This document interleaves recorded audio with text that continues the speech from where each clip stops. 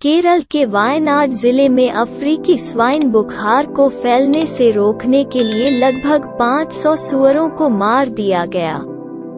नीचे दिए गए कथनों पर विचार करें। 1. अफ्रीकन स्वाइन बुखार सूअरों में अत्यधिक संक्रामक और घातक पशु रोग है। 2. यह इंसानों के लिए खतरा नहीं है क्योंकि यह सिर्फ जानवरों से दूसरे जानवरों में फैलता है। 3. ASF के मामले में मृत्यु दर बिना किसी इलाज के 100% के करीब है। इस प्रकार इसके प्रसार को रोकने का एकमात्र तरीका जानवरों को मारना है। नीचे दिए गए कूट का प्रयोग कर सही विकल्पों का चयन कीजिए। A. केवल 1, B. 1 और 3, C. 2 और 3, D. उपरोक्त सभी।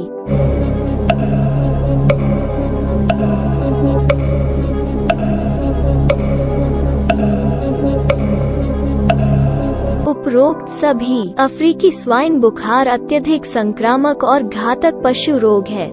यह घरेलू और जंगली सूअरों को संक्रमित करता है और इस प्रकार रक्तस्रावी बुखार का एक तीव्र रूप होता है।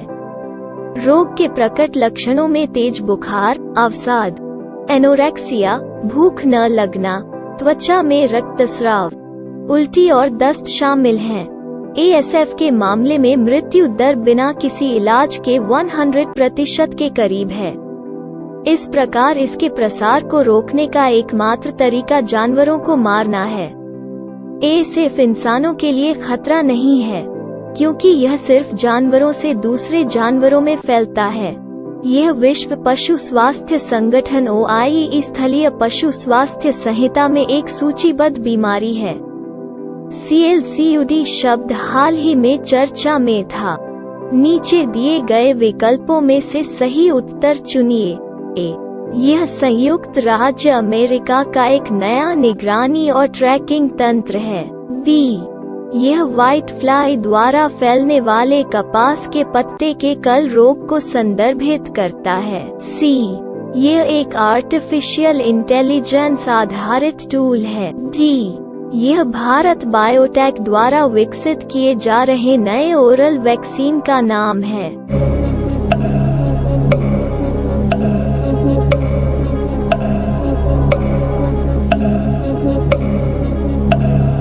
B. यह व्हाइट फ्लाई द्वारा फैलने वाले कपास के पत्ते के कल रोग को संदर्भित करता है। व्हाइट फ्लाई के हमले से पंजाब, हरियाणा और राजस्थान के कपास क्षेत्र में कपास की पत्ती कल रोग CLCUD फैल गया है। CLCUD एक वायरल रोग है जो कपास के पौधे के समग्र विकास को प्रभावित करता है और इसकी उपज को प्रभावित करता है। संक्रमित रुई की पत्तियां ऊपर और नीचे दोनों ओर मुड़ी होती हैं। व्हाइट फ्लाइज छोटे, रस चूसने वाले कीड़े हैं जो सब्जी और सजावटी पौधों में प्रचुर मात्रा में हो सकते हैं, खासकर गर्म मौसम के दौरान। वे चिपचिपे शहद का उत्सर्जन करते हैं और पत्तियों के पीलेपन या मृत्यु का कारण बनते हैं। भारत का व्यापार घाटा हाल के दिनों में रिकॉर्ड मूल्य तक बढ़ गया है। 1. व्यापार घाटा या व्यापार का नकारात्मक संतुलन BOT निर्यात और आयात के बीच का अंतर है। 2. व्यापार के ऋणात्मक संतुलन में हाल ही में हुई वृद्धि व्यापारिक वस्तुओं के निर्यात में कमी और आयात में वृद्धि के कारण है। 3.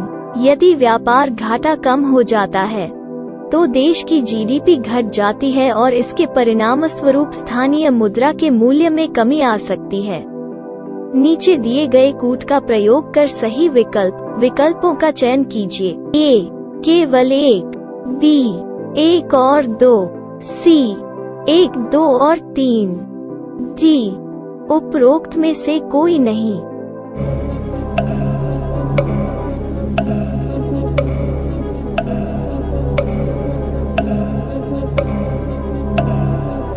B.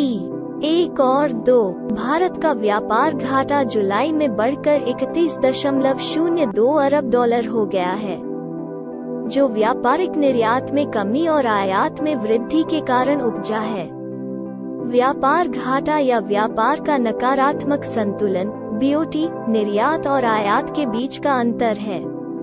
जब आयात पर खर्च किया गया धन किसी देश में निर्यात पर खर्च किए गए धन से अधिक हो जाता है तो व्यापार घाटा होता है।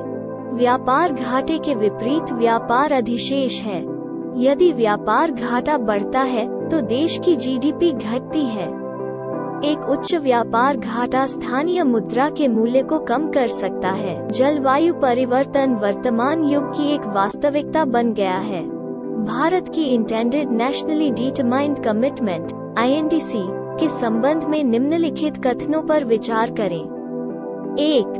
भारत ने ग्लासगो जलवायु शिखर सम्मेलन में अपने अद्यतन INDC लक्ष्यों को पंचामृत घोषित किया।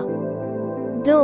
अब यह सुनिश्चित करेगा कि 2030 तक इसकी कुल बिजली उत्पादन का कम से कम 50% नवीकरणीय स्रोतों से आएगा।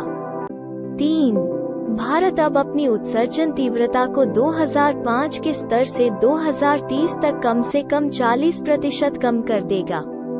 नीचे दिए गए कूट का प्रयोग कर सही विकल्पों का चयन कीजिए। ए केवल 1, बी 2 और 3, सी 1 और 2, डी उपरोक्त सब।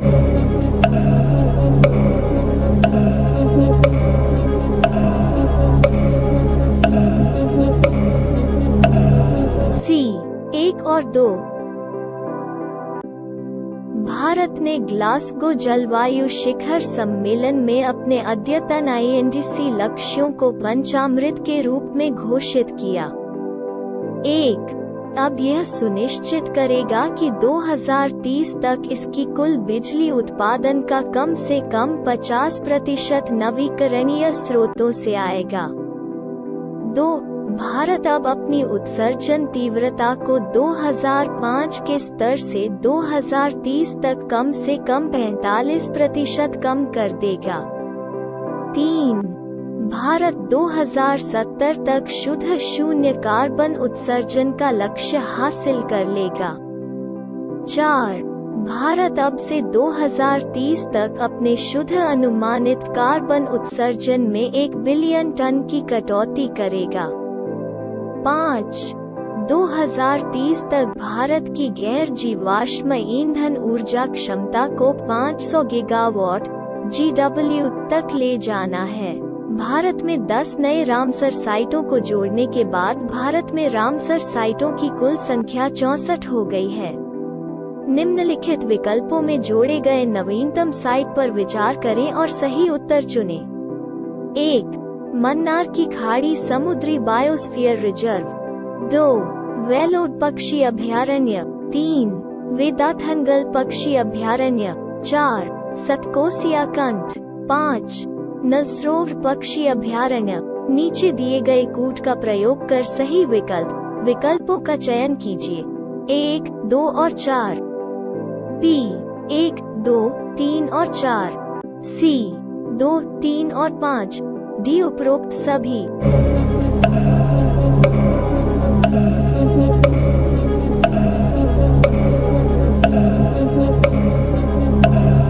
बी 1, 2, 3 और 4। भारत में 10 नए रामसर साइटों को जोड़ने के बाद भारत में रामसर साइटों की कुल संख्या 64 हो गई है।